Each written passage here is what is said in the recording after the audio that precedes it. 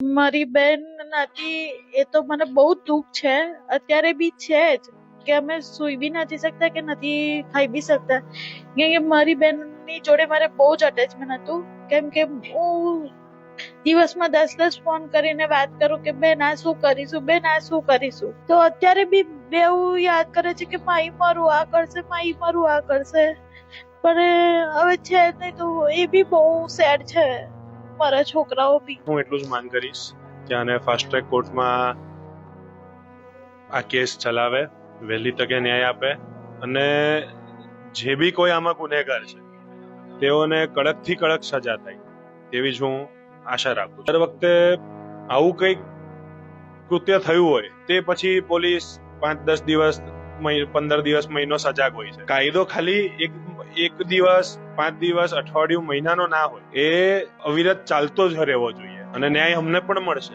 ન્યાયતંત્રથી અમને એ વસ્તુની આશા છે અને રહેશે. અમે ન્યાયતંત્ર પાસે, ન્યાયપાલિકા પાસે આશા નહીં રાખીએ તો અમે ક્યાં જઈશું?